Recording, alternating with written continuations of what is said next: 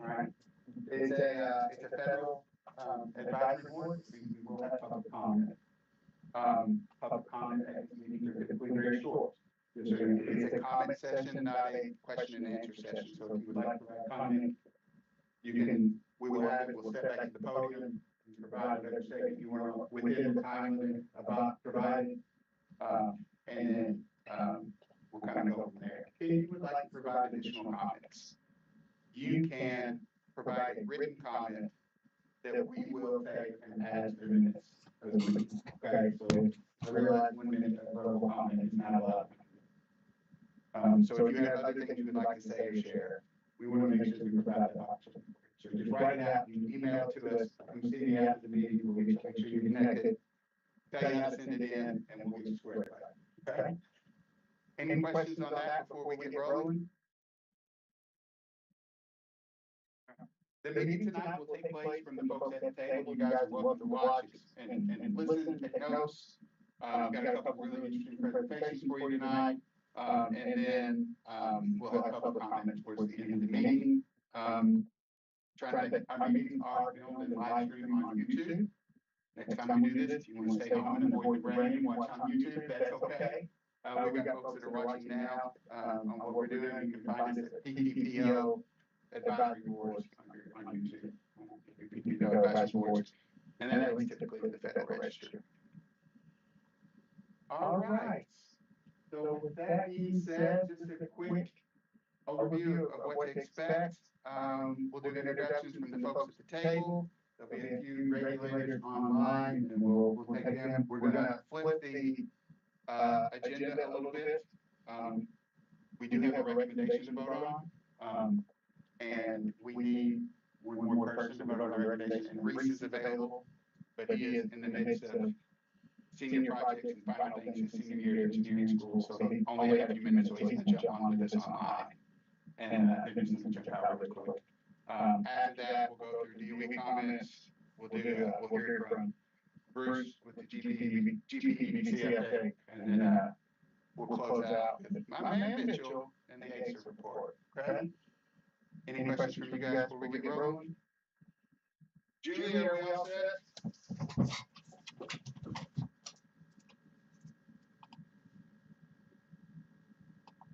Yes, we sure are. Sorry.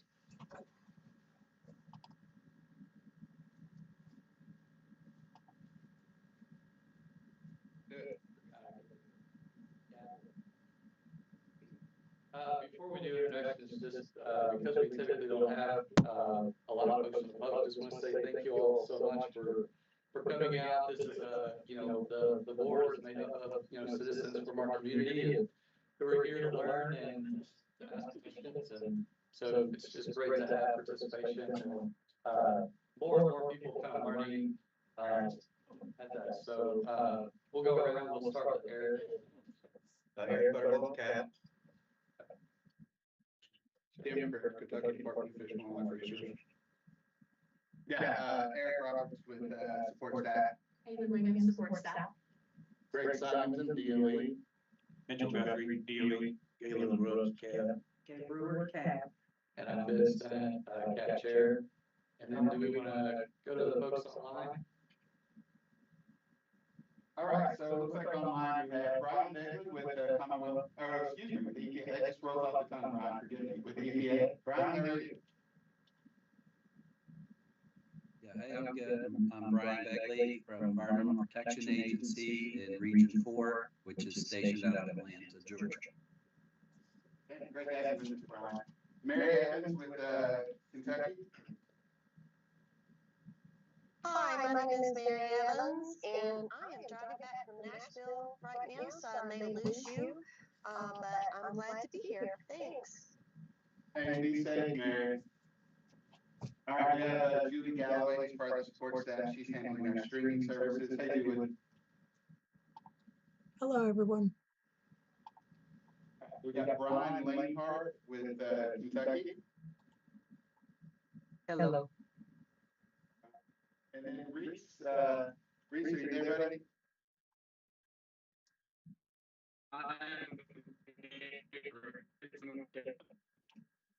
Awesome. That is the worst connection I've ever had. work on that, all right? So, perfect. All right, so the first item. Perfect, thanks, Reese. All right, that's not better. All right, so in front of you, you have a copy of the draft CAB recommendation 26-01. It is a budget and funding priorities recommendation. And if you flip over to page 3, we'll just read the recommendation portion together so everyone's heard it, and then you guys can have your discussion on questions, comments, things like that from the board. The recommendation says, considering the community values and understanding the current timeline where accelerated cleanup and site reindustrialization are meeting head-on, the CAB recommends the DOE establish and communicate a cleanup to reuse acceleration strategic plan, including increased funding for continued environmental remediation and D&D activities to accelerate removal of legacy facilities, ensuring environmental remediation is completed in phases, matching private sector redevelopment timelines. Align cleanup sequencing with redevelopment ready parcels. Continue working with community leaders to develop a comprehensive site master plan for future land use.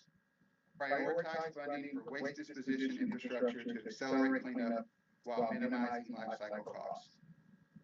And then the second major bullet point, expand training, apprenticeships, and internships to build, develop, and improve workforce.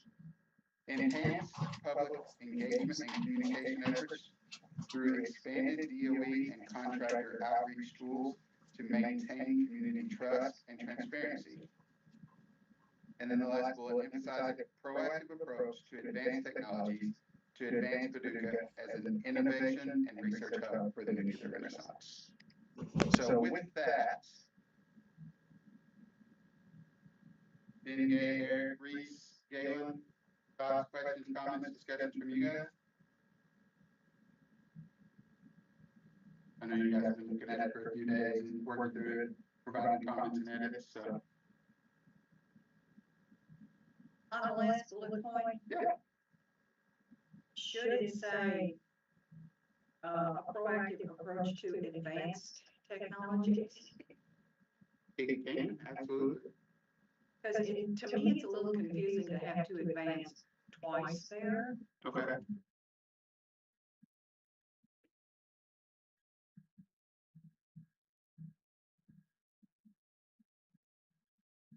To advance, yeah, that feels a little. Other thoughts, questions, comments?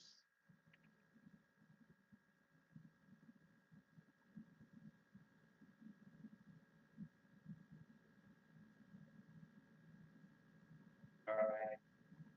We're looking for a motion to proceed to adopt the recommendation as amended. I so move. Okay, is there a second? All right. Since Reese is online, Reese, we're gonna need you to vote verbally so we can hear you on this, okay? All those in favor of passing draft recommendation 2601, submitting it to DOE under Ben's signature for response, raise your right hand. Got 4 yeses. Reese, are you there? Yeah, all right, hands up. All right, perfect. That's 5. We currently have 9 board members. 5 gives us a quorum, so this passes, and we will be submitting this to DOE. Reese, thank you, buddy. Thank you all. I'm gonna hop on another meeting now. Thanks, Sam. All right, so DOE comments, Greg. I just want to say thank you for allowing me to be a part of this again. I'm going to serve, I think, a few meetings from Portsmouth, and interesting to get to see the sites going through some of the same things we did. It's exciting looking in the future. So thank you for welcoming me in again. Really fair evening. Well said. I don't have anything. Perfect. All right.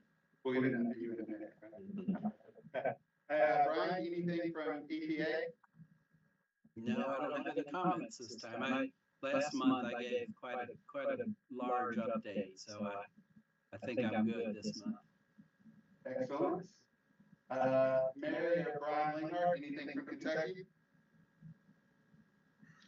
No, I think we're good. We are working hard to do all the reviews and try to get all the stuff together. So I think we're really working hard at getting it done. Thank you. Hey, thanks, Mayor. All right, so one of our liaisons is Kentucky Fish and Wildlife, and we intermittently have worked closely with them over the history of the CAP. The local representative is Tim Craig. And so, Tim, any comments or thoughts from you? That you're still looking at them, we're good. All right, and you do both so well. Be glad to answer any questions anybody has at the meeting as well. Perfect. All right, so with that, any questions from the board for any of the regulators, DOE? All right, so our first presentation is going to be from Bruce Wilcox. Bruce, good to have you here, sir. Yeah, So one of the routine things we do as a CAB is hear from the economic developers and drivers of society. There is this overlap between environmental cleanup and reindustrialization, right? Making sure that we are cleaning up to an end use that is not only safe for human health and environment, but also productive for reindustrialization and reuse. And so making sure that we are all on the same page, or at least singing from the same songbook is really important. And so we've been fortunate that we've had representatives from GPEC come on a routine basis over the years. And you guys got a lot going on, buddy. Good stuff. Good stuff. All right, floor's yours, man. All right. Well, thank you so much, Eric, and thank you to the Citizens Advisory Board for the opportunity to speak with you this evening. This is the first time I've actually ever spoken to the Citizens Advisory Group. So I thought it might be beneficial this evening to briefly start with some information about some things that I normally present to other groups that I do presentations to that aren't specific to the Department of Energy site. And then weave that information into what our mission is at Greater Paducah Economic Development and into what we're looking to achieve out of the former gaseous diffusion site. Normally, I would start a presentation like this. Gay, I think you're the only lady on the cast. So if you were to have one of the retail companies here in Paducah, who would that be? Trader Joe's. All right. All right. Big. Who could give me another retail company? Probably can't talk to the people in the media here, but one I consistently get is Target as well. If you were to look for another company that you would want to be here from the grocery chains, it would probably be a Publix. So I wish I had a dollar for every time somebody came up to me and said, Bruce, can you get us a Target here? By all means, I would love to have a Target here myself. I know we recently just got a Bass Pro Shop for the guys who need a Target for the ladies. But I'm all for these retail projects and things coming to town, but these aren't the types of jobs that we at GPAD or Greater Paducah Economic Development recruits. If we could go to the next slide.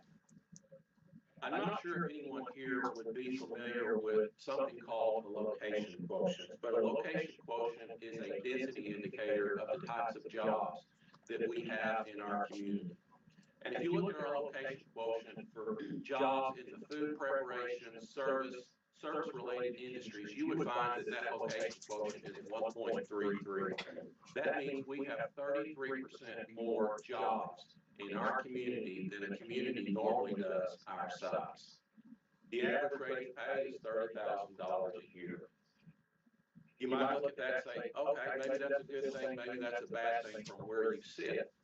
In Q2 of 2025, that number was 1.4%. So I selfishly think we've got it going in the right direction because we need more jobs at better paying rates, and we need to reduce the density of jobs in the food, prep, and service-related industries.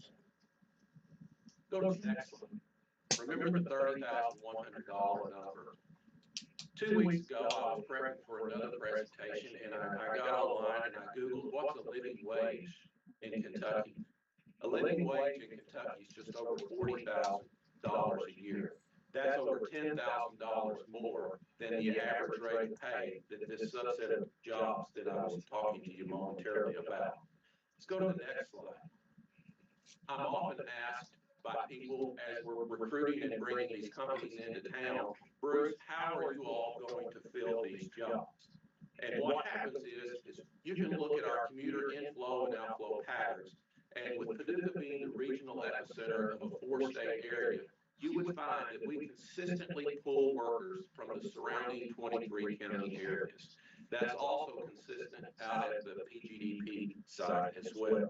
So when you look at fulfilling our labor needs, our housing needs, our school needs for these additional jobs that are going to be coming into town, it's really bigger than we are. We don't have to address it all by ourselves because people in surrounding communities such as Ballard County, Metropolis, Marshall County, Hickman, Fulton, etc., they will also be participating in helping us provide these workers the housing, school system upgrades, and those types of things.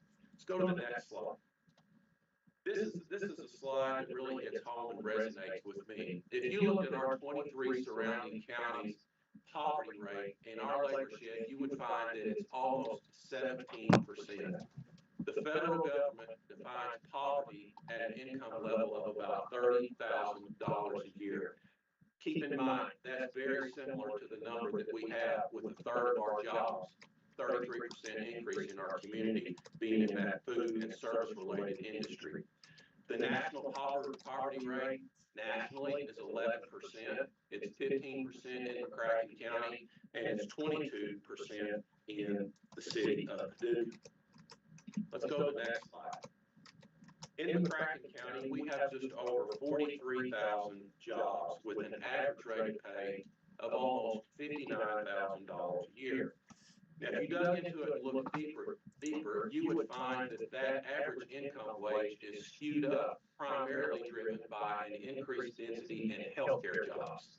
We've got two major healthcare systems here with Lewis Health, or Mercy Health, and Baptist, and those skew the numbers up higher than what it normally would be, because we've got a location quotient of 1.4 for those types of jobs. We've got 40% more of those types of jobs here than the community normally does our size. If you go back, a lot of elected officials and politicians, especially nationally, would want to go back, trying to keep up. They would want to go back and tell you that we added so many jobs. Well, what happened during COVID? People were laid off or they lost their job for a very short period of time. I don't count that as growth. We've got to look at what was the job count, what was the income level pre-COVID, and then where is it today? So if you were to look at the average income in McCracken County pre-COVID, you would find it was just a little bit less than $45,000 per year. Today, it's almost $59,000. That's a 32% increase. If you look at the sheer number of jobs, you would find that we've increased the number of jobs in McCracken County by about 5% during that same period. That's almost double what the national average has been. So I think we're doing a good job of recruiting new industries and bending the curve or the trajectory of the types of jobs that we are bringing into Paducah, McCracken County, but we still have a lot of work to do. Let's go to the next slide. One of the things that we also look at is our inbound and our outbound commuter flow. In other words, who's coming into our community to work, who is leaving our community to go work in other communities in our surrounding area. What you would find is of the 43,000 jobs, almost half of them, just over 20,000 people who are non-McCracken County residents fill jobs in McCracken County. Almost 9,500 people migrate into McCracken County every day to make less than $40,000 a year, to make less than a living wage. If you got into the weeds even further, you would find that there are over 3,000 people coming into McCracken County every day to make less than $15,000 a year. Let's go to the next slide.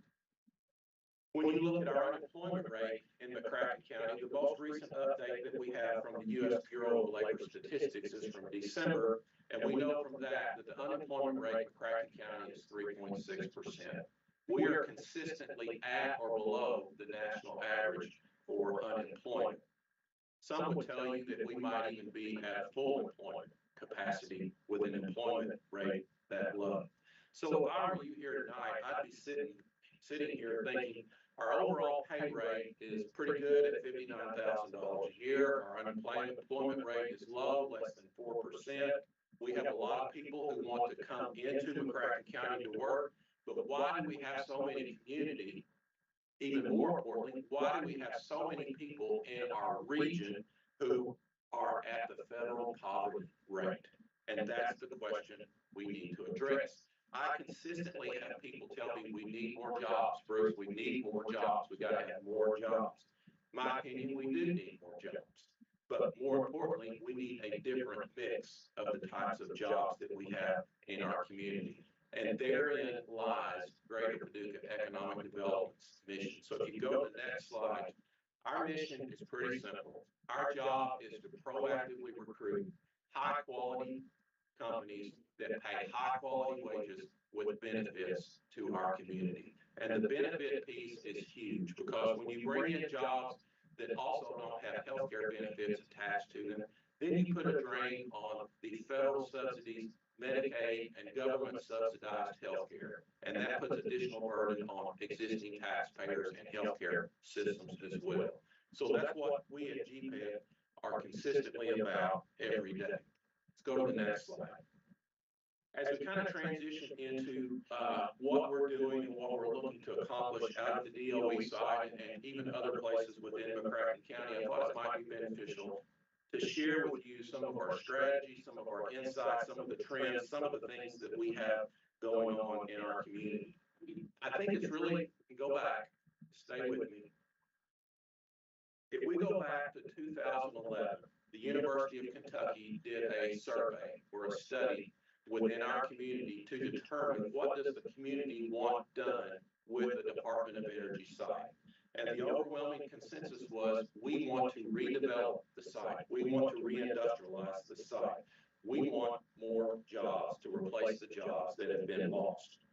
This desire for redevelopment or reindustrialization was revalidated in 2017 by an online survey that was conducted by the Department of Energy and Region 4 of the Environmental Protection Agency, in that industrial redevelopment still remained our stockholders' primary choice for the site. And then we can also report that while the report hasn't been finalized yet, the Paducah Area Chamber of Commerce has been working on a reindustrialization study via a $2 million grant that was community development grant that was provided through the Department of Energy to reevaluate or look at reindustrialization of the sites. And one of the to-do items on that list is to host an industry day, or what we would call an additional public awareness campaign to also inform or better inform the local community on what's going on out there. So you'll be hearing more about that upcoming meeting. I believe it's going to be in June at some time, and there will be additional efforts to also communicate and better inform with the public. I would add the Department of Energy has been a tremendous partner with our organization, helping us redevelop the site and to recruit new industry. We also have a very strong interactive relationship with what's called the Energy Communities Alliance. That's an alliance of communities such as Paducah all across the country who have been impacted or had Department of Energy locations or sites within their communities. So as we interact with these and other entities, organizations across the country, we're always in the mode of how do we attract additional capital investment and how do we attract additional high quality jobs with benefits into our community. So let's go to the next slide. As we work to reindustrialize the site, we've consistently believed that we have to be unified and we have to be aligned as a community with our vision. That means we need to be unified locally with our leaders, with our state leadership, with our national congressional delegates, and also with the Department of Energy.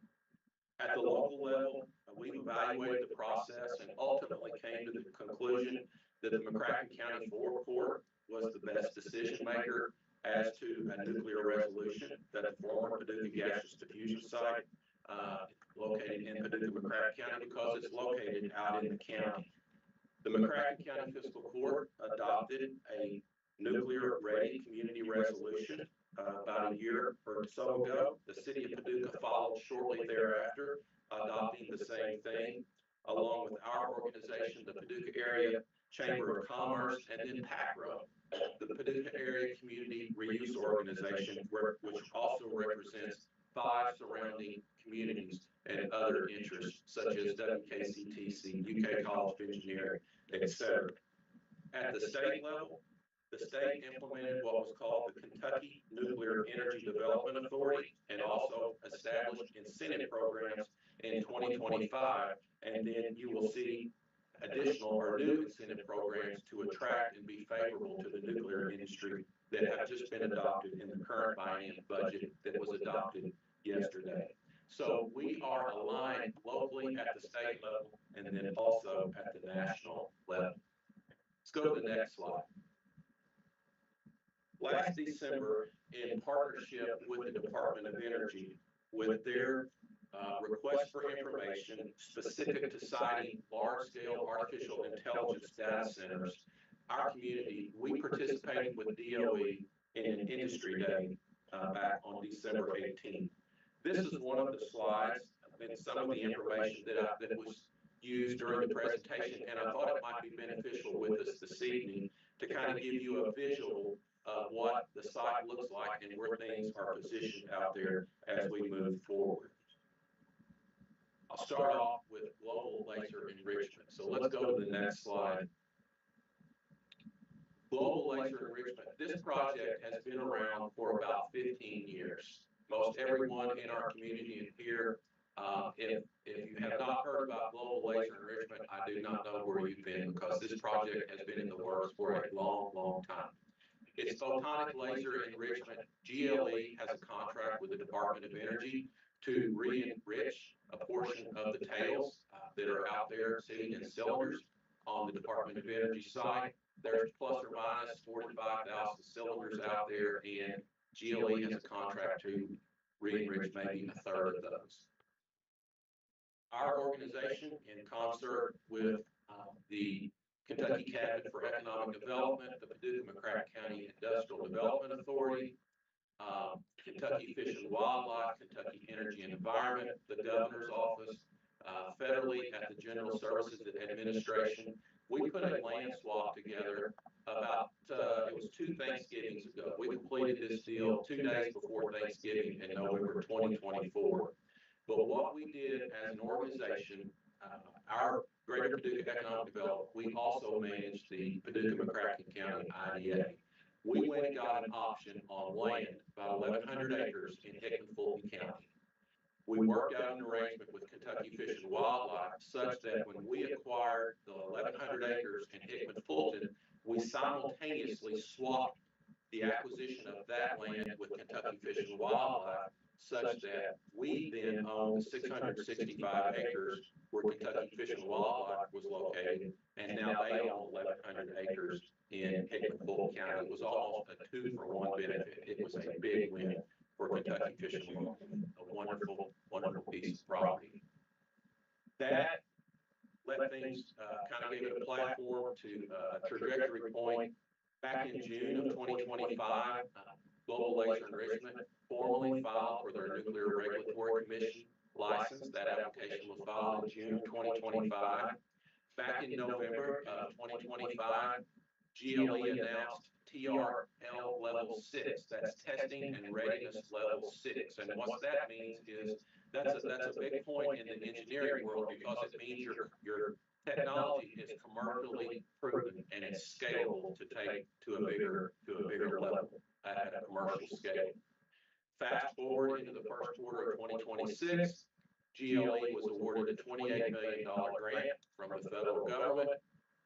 Fast forward again to about 2-3 weeks ago, the project was formally announced in Frankfurt at the Kentucky Economic Development Finance Authority, and then the governor's announcement shortly thereafter, announcing a $1.8 billion project, 240 jobs, average rates of pay of over $100,000 a year, plus benefits. The recurring annual economic impact on McCracken County alone is right at $114 million per year. GLE anticipates being operational by around the year 2030. So this it's been a great project in the making, a tremendous impact that is going to be favorable on our families and our communities who are fortunate enough to secure jobs and working there with these types of income levels and benefits. Let's go to the next slide. GLE, they will be hosting what's called an open house on April 29th, from 4 to 6:30 p.m. at Walker Hall Center. They will have some tables set up. There will be senior level management there to meet with people who might be interested in learning more about GLE, about their operation, about their technology, and about how you might be able to do business with GLE once things kind of formally kick up in the construction mode there. So you'll be hearing more about this in the days and weeks to come. Let's go to the next slide, please. Most everyone here should have also heard about General Matter. We started working with General Matter in May of 2024.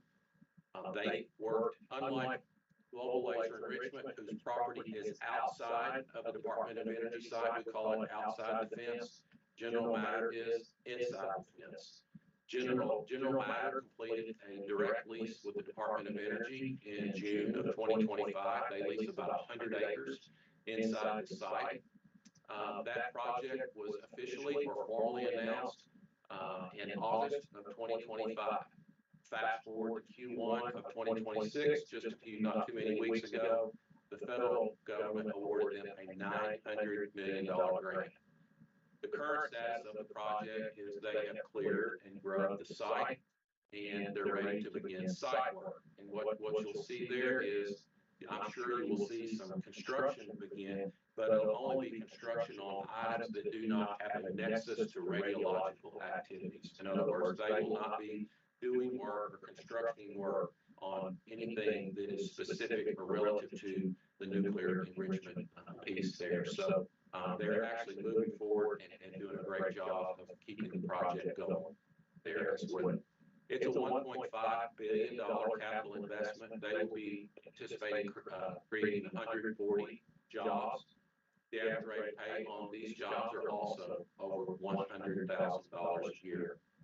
With the decreased jobs from what GLE has, this one has $71 million recurring annual economic impact. So those two projects alone have right at a $200 million economic development impact on an annual basis. To put that in perspective for you, I keep a running list. I didn't bring it with me, but I've been at GPED for at least 7 years this fall, and we've probably done 20 or 25 different projects.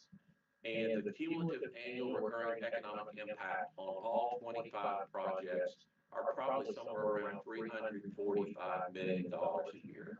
We have not had any projects to this capital investment nor to these pay rates.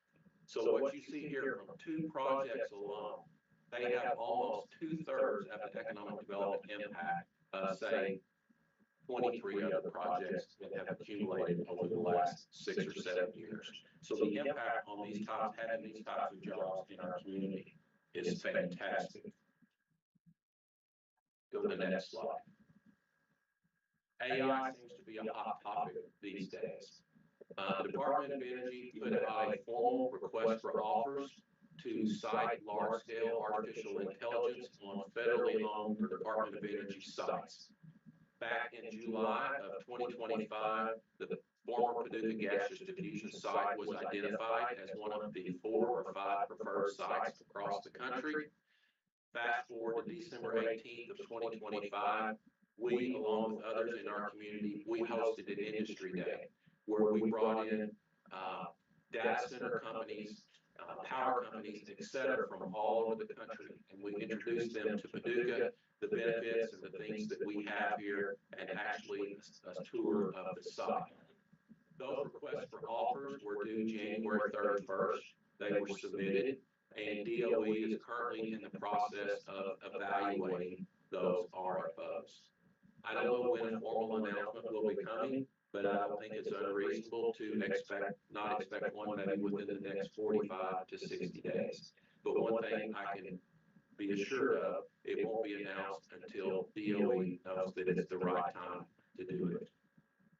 One of the things or the prerequisites for this request for offer was that these data center companies, they also bring their own power with them. So what you should see is you should see new power generation in an amount to sustain or power the data center load itself, in addition to additional load that would be fed into the grid to help sustain additional electricity demand within the grid. So you'll have new power generation that will be funded and paid for by these projects, and then they, in turn, will generate additional power that should be sold into the grid. I anticipate this to be a gas-powered generation operation.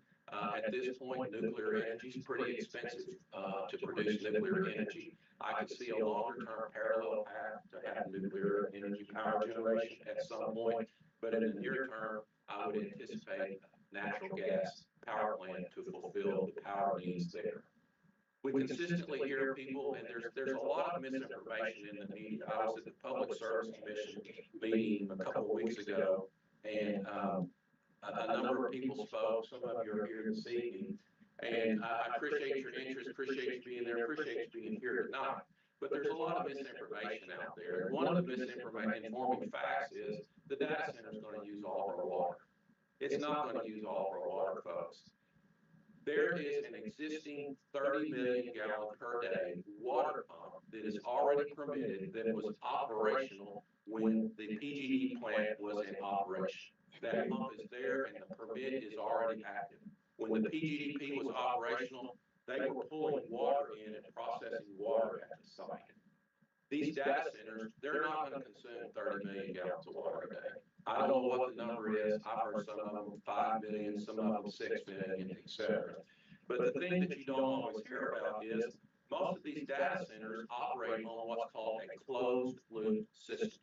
That means they would additionally draw down, let's just say, 5 billion gallons of water, and then that water is run through a recirculation process and through a chiller, and that's what's used to cool these data centers. So once the initial drawdown is done, you've essentially used 5 billion gallons of water. Maybe it's discharged, maybe it's kept in the closed loop system. If it's discharged, there's all types of effluent requirements and things to make sure, and even in ambient temperatures to make sure that it enters the discharge process at the right temperature such that it doesn't increase or decrease the tributary that it's going into. So that's just some misinformation out there about the water demand of what these AI data centers are going to be bringing with them. Let's go to the next slide. The thing that is driving the artificial intelligence demand out there at the PGDP site is the unique attribute of electricity. So in Kentucky, it does not matter who you want to be your service provider, who you want to buy power from. It matters who has service rights to the territory where you live. I often hear people talk about TVA is going to raise my power rates. Folks, TVA does not have one residential customer in McCracken County. McCracken County is served by Paducah Power System, Kentucky Utilities, they're owned by Pennsylvania Power and Light, and they're serviced by Jackson Purchase Energy or Big Rivers Electric. TVA has one customer in McCracken County, and that's the Paducah Gas Distribution site.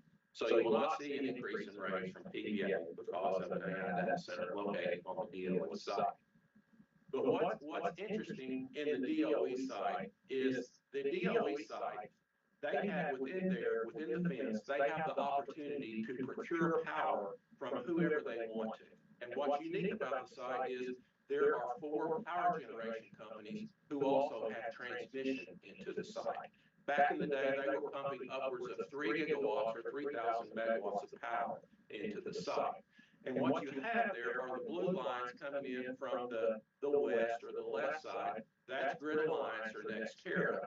You have TVA, the yellow lines coming from the top down, north to south. The orange line coming in from east going west, that's Kentucky Utilities that I mentioned. And then the red or maroon lines are Jackson Purchase Energy or Big Rivers Electric. So a very unique situation there within the PGDP site. If you go to the next slide, you would find that we are in the heart of the Mid-Continent Independent Systems Operator Network. It's called MISO, Mid-Continent Independent Systems Operator Network. And if you look at MISO, MISO is a power grid that runs from Canada all the way down to the Gulf. And it's made up of companies such as Big Rivers Electric who sell power into the grid. Some days they sell more power into the grid than they buy out. Some days they buy out more than they put in. So it's a stabilization mechanism to stabilize the grid that runs all the way from Canada down to the Gulf of Mexico or Gulf of America. And if you look at the hourglass shape, look at the belt of where that hourglass is. Do you know where the heart or the belt of that area is, where those transmission lines run through? It's our PGDP site. And if you get online and Google MISO, on any given day, MISO has right at 200,000 megawatts of installed capacity. Even last summer, I was getting online watching this because you hear about power outages and different things. At the heat of the summer, the MISO demand was about 115,000 megawatts. If you look at any other time, you'd find it's probably 70, 75, 80, 85,000 megawatts. So there's untapped power potential existing within the MISO network already that can be a tributary to feed power within the DOE site. So those two things are two of the key drivers that's driving the interest into putting large-scale AI at the PGDP site, in addition to the existing water pump and the permit and the Ohio River, and the very limited, minuscule impact that it will have on siting AI there. If we go to the next slide, we have also been working with companies. The Department of Energy back in November put out what was called an expression of interest for nickel remediation. There's maybe $170 million or $200 million, whatever the number is. It's a big amount of nickel out there that could be remediated. We actually hosted two different companies who had an interest in meeting with us, who also submitted expressions of interest to DOE. DOE is in the process of evaluating those companies in addition to others. We don't know where they are within the evaluation process, and we don't know when an announcement will be forthcoming. But we have been actively engaged in that. And one of the things that we really like about the nickel expression of interest is, if you were to go to the next slide, when you look at industry segments that are of interest to us, the 1, 2, 3, 4th one down there is rare earth mineral recycling. So when you look at large-scale AI data centers, they all have a computer circuit board, right? I've been told there's around $12 to $13 of rare earth minerals in each circuit board. Those circuit boards have a lifespan of usually less than 1 year. So therein lies an opportunity to recycle the rare earth minerals within those circuit boards on site. Given our logistical advantages with rail, river, interstates, etc., there's more opportunity to bring other rare earth minerals into Paducah and recycle those as well. So that's one of the additional industry segments that we're pursuing right now. When you look at the nuclear fuel cycle, typically uranium is mined out of the ground, then it goes through a milling process. From the milling process, it goes to a conversion process. A conversion process is what happens over at Honeywell. That's the only conversion process in the United States right now. I've been told they're looking to increase their capacity by about 20%, but I think they're sold out for several years. So we think there's an opportunity for additional conversion companies to grow their business in the United States. And what better place to do it than co-located on a site where the enrichment process is already happening. Once uranium goes to the conversion process, then it goes to the enrichment process. We have global laser enrichment and general matter who are the enrichers. Once the uranium is enriched, then it goes through what's called a deconversion process. Again, therein lies another opportunity for companies to do that in the United States. And then finally, from the deconversion process, it goes into what's called fuel fabrication, little pellets that are fed into rods that are fed down into reactors, if you will, that creates the heat, and when mixed with water creates the steam's released and it generates the turbine and it produces electricity.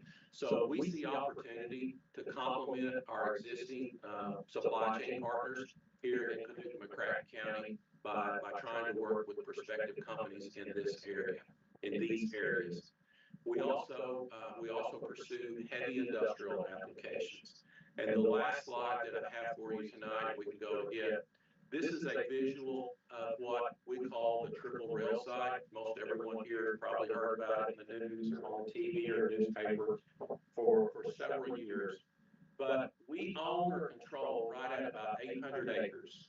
This site is about 3 to 4 miles from the Paducah gaseous diffusion site.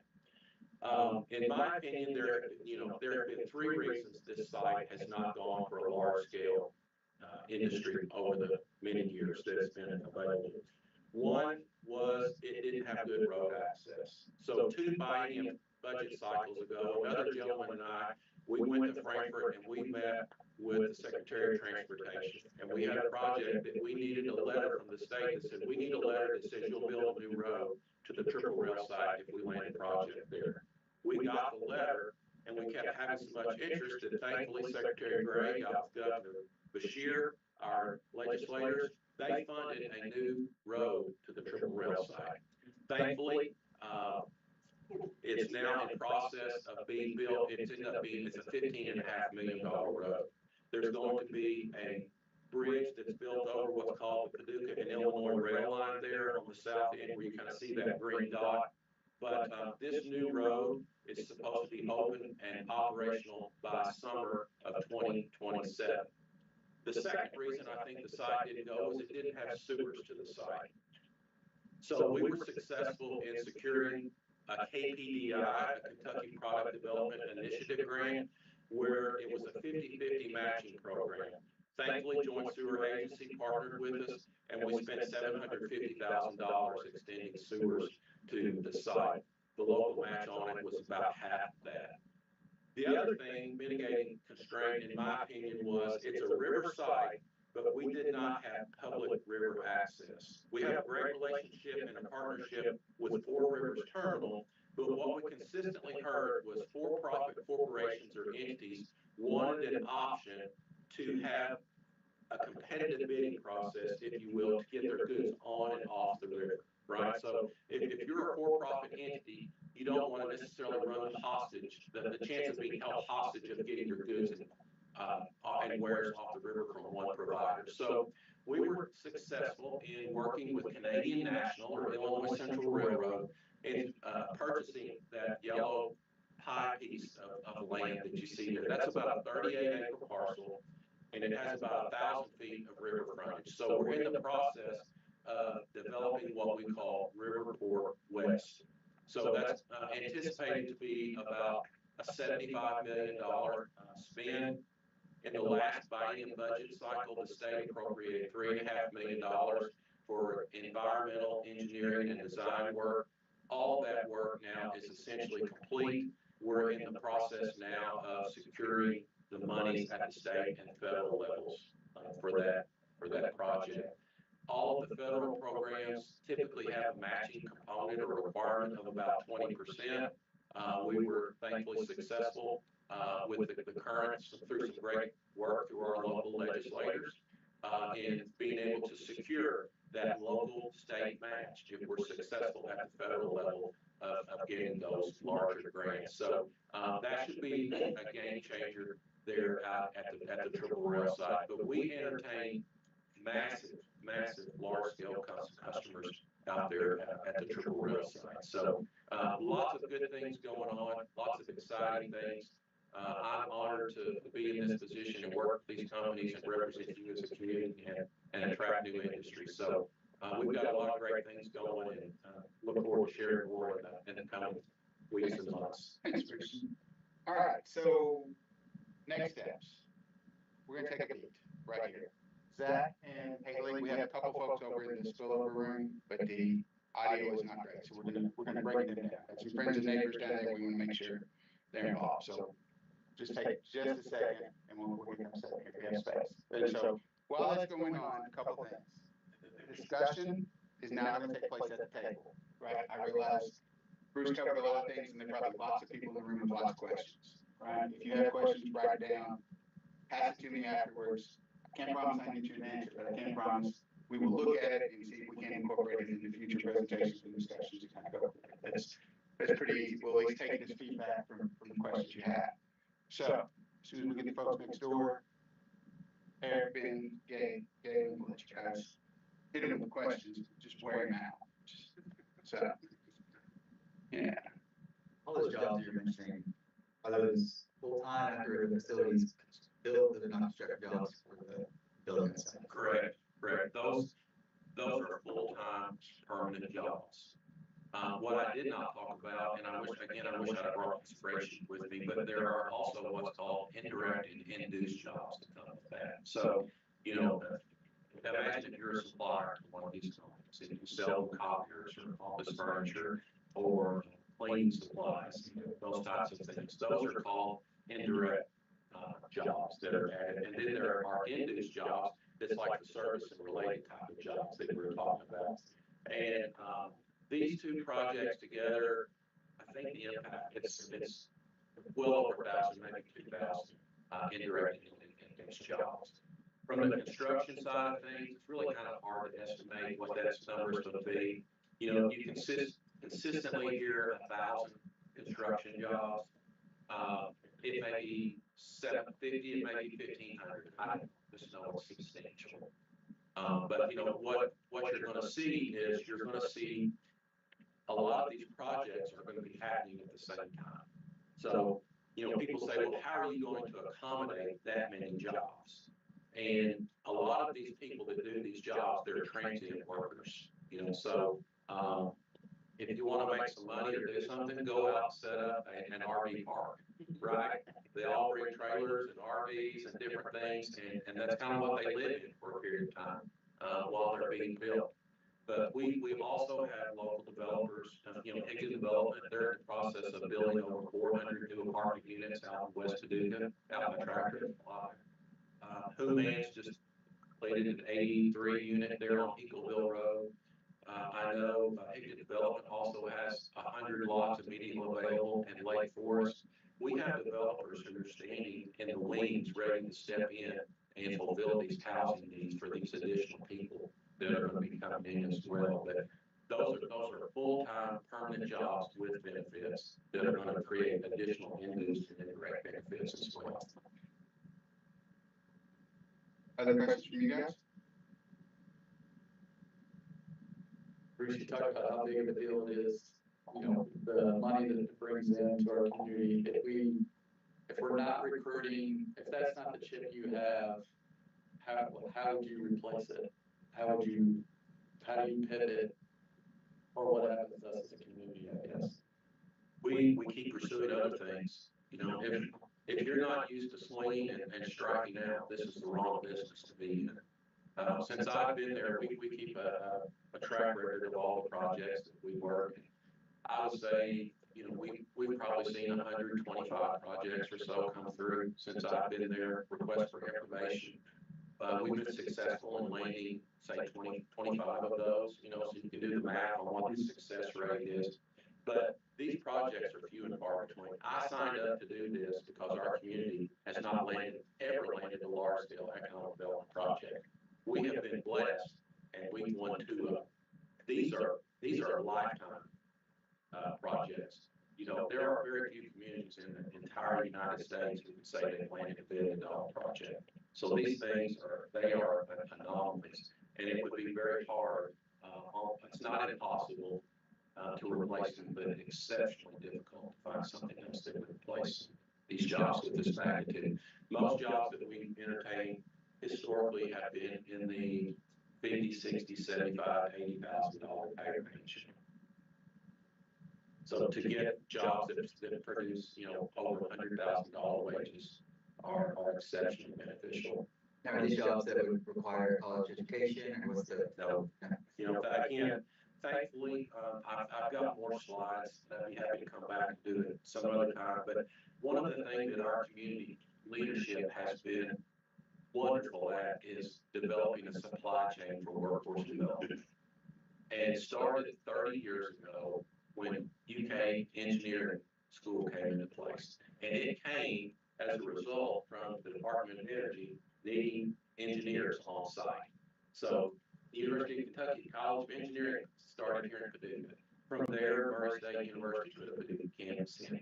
WKCT is consistently Aspen top 3, Aspen top 5. Look at what Paducah Tillman High School's done with the Innovation Hub.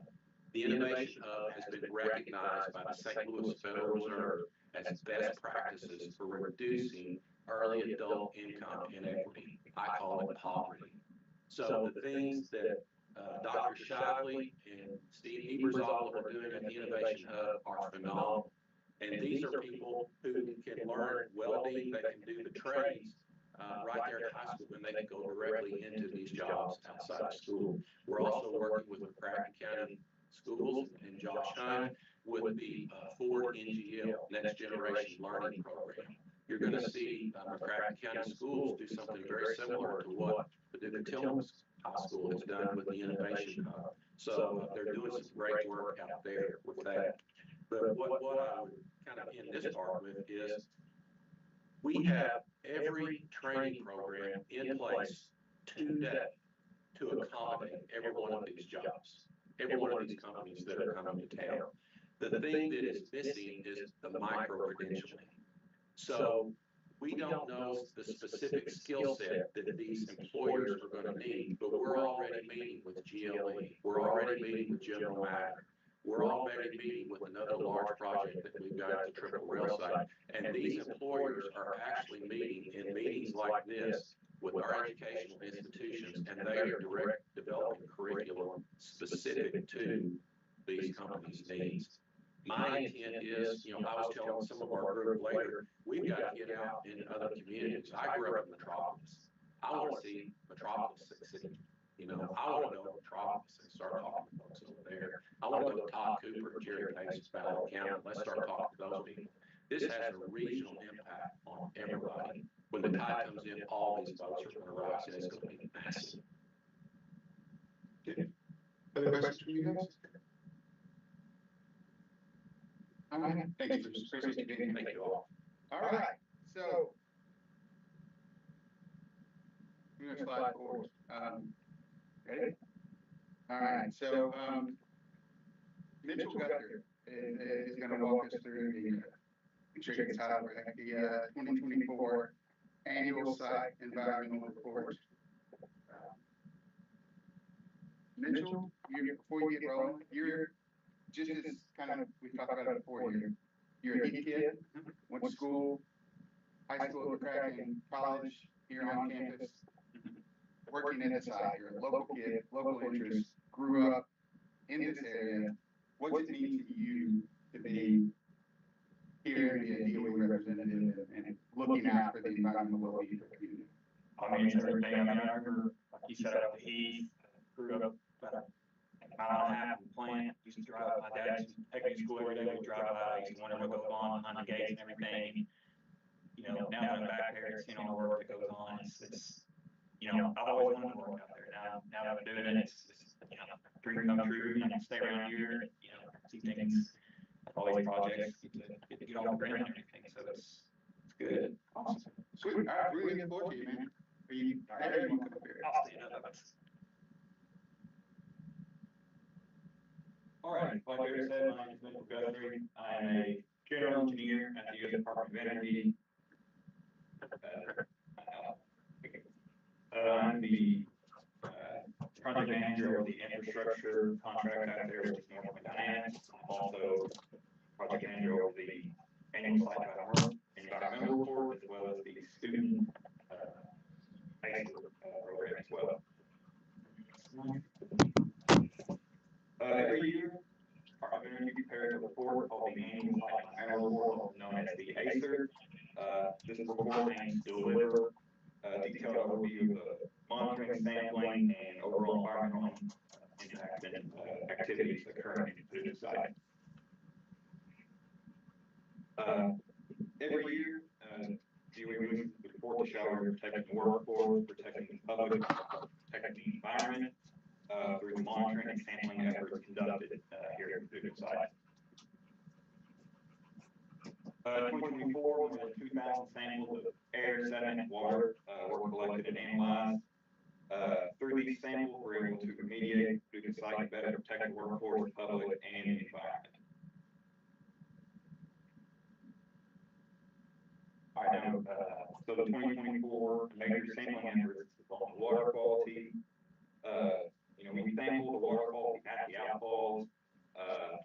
These outfall samplings support the KPES or permits that strip water, as well as in the parameters before the water reaches the creeks and rivers. Groundwater. In addition to the water sampling, we also focused on primary contaminants detected in the groundwater plumes. These plumes at the Paducah site are stable or decreasing in 2024. As we can see the maps on the right, since 2018, the groundwater plumes have been receding. You can see with the bright yellow and orange, those have been coming back in, as well as the purple and the green. The green is receding one is there. It's been pulled back in and receding since 2018. And these maps are updated every 2 years.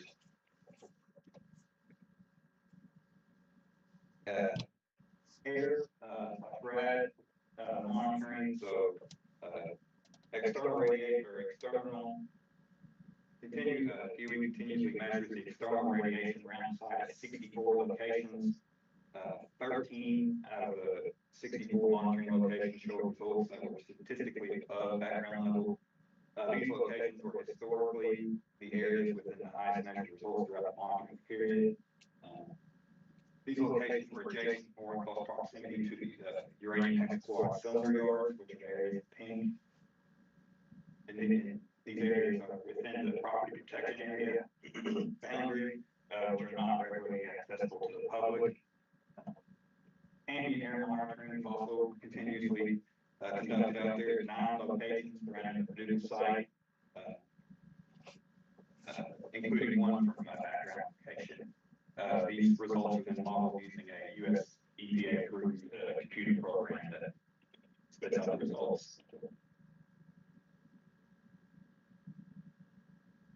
So sediment is an important constituent of the aquatic environment. A single sediment sample can represent information that would require many water samples spread over a period of time. At the Paducah site, sediment sampling consists of radiological and non-radiological samples. Sampling locations were selected to represent areas of public access, introduction of plant influence to the environment, any unplanned releases, and to verify the effectiveness of the Paducah site's effluent monitoring. Next. The dose summary. So one of the primary conclusions that comes from the ACER of the RAS sampling effort is the dose summary. To put everything in perspective, the average American is exposed about 620 millirem per year. Natural occurring background radiation is about 310. The U.S. Department of Energy's annual dose limit is 100. The dose summary from Paducah site this year was at 1.4 millirem per year, which the ACER calls this the MEI, the maximum exposed individual. The exposure, like we can see here, from the exposure from the Paducah site is actually less than a one-way flight from DC to Seattle. So it's just a quick question. So this is the DOE's reporting, but I know EPA doesn't. Is EPA's information go into this? Is that separate? Or is this just DOE? Just DOE. Just DOE.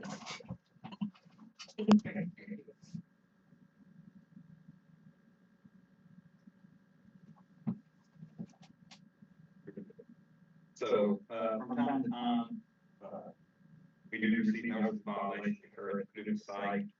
In 2024, we had 2 notices of violations for total recoverable zinc at alcohol 13 and total suspended solids at alcohol 15. At alcohol 13, a pipe became disconnected in pool 7 into the outfall. The pipe was repaired and there are no further issues with that. At alcohol 15, the suspended solids increased due to erosion ditch. The erosion was replaced with riprap and there are no further issues there.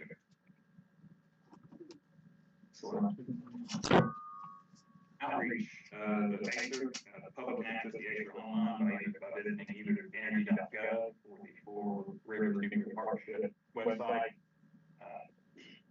The ACER is also printed and distributed to community leaders. The CAB needs to be found in the McCracken County Library. Student ACER. This is in addition to our formal ACER, DOE has created a program to educate local high school students on our environmental program. This program is called the Student ACER, using the previous year ACER, so 2024 ACER. Students follow the program and produce a summary report at the end. Murray State works closely with local high schools to produce student ACER, and this year, McCracken County was the high school selected for this year's student ACER. Murray State works alongside local high school students to help them educate them about the activities and potential career opportunities at the site. They will also develop materials to help facilitate conversations, environmental mediation, and D&D within the community, and produce a summarized ACER in a non-technical manner for broad audiences. And these are photos of their site tours that they had out there. Brought on site, showed them a lot of the treatment facilities and sampling taken out there at one of the main buildings. Student ACER Expo. So Murray State will turn the topics that these students selected and rewrote into posters. Those students will then present those at the Student ACER Expo. The expo will be held at the Murray State Paducah campus on Thursday, April 23rd, from 6 p.m. So, questions from the board? Back to the soil samples, they're just limited to the area out there, or does it go out to the community as well? It's either with that's one thing that was a map of where the soil samples.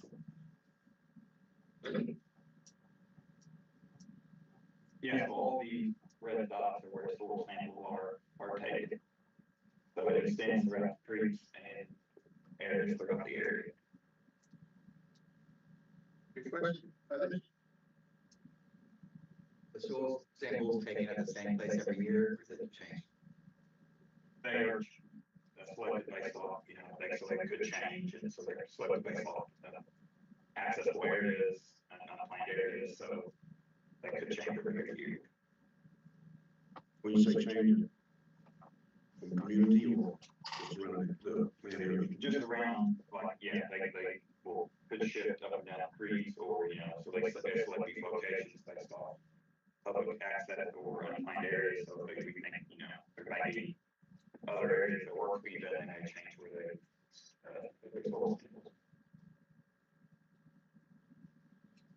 Eric, do you want me to comment? Is that Mary? Yes, it is. Okay. Yeah, Mary. What do you got? I just wanted to add that there's one thing that Kentucky does is that as part of our circle oversight is that we are also taking samples and we split samples with DOE so we can verify the results. And so somebody asked if it was EPA's data as well. And no, we don't put our data in with DOE, but we do have data that either validates their samples, or very rarely do we ever get any samples that are not close in numbers. Thanks, Mary. Other questions from the board? All right, thanks, bud. Appreciate it. We'll plan on seeing you next year. All right, we're gonna slide forward to the public comment portion of the meeting. Just a couple of ground rules, we talked about them earlier, to make sure everybody understands, this is a public comment period, not a question and answer session. We have 15 minutes set on the agenda per, Federal Advisory Committee Act regulations, and so that's what we have set. So we have 12 folks who have asked to speak. We're gonna ask if you will step to the pseudo podium that's there. I recommend you don't lean on it because it's on wheels and it will roll, but if you want to stand behind it, if you will introduce yourself, and then you'll have about 90 seconds to deliver your message. If you would like to provide additional comment, we would love to hear from you in writing. You can send it to the office, contact me, and we'll get a hold of you. Catch me after the meeting, submit it in writing, we'll add it to the minutes of this meeting, so it'll be on a permanent record. Sound good? Okay. So at about a minute and 15 seconds, I'll kind of wait at you a little bit and let you know it's time to kind of wrap it up. And we'll try to stay on schedule for this. So, is it Josh? Is it Murray? Josh Massey. I'm sorry. Josh, you're first. If you'd like to step up and introduce yourself, and I apologize for missing the name. And you can totally do that earlier. I'm so sad. Hello, everyone. My name is Joshua Massey. I'm a resident of Paducah, Kentucky. 500 jobs sounds like a lot. It's probably easy to forget about the number of jobs today.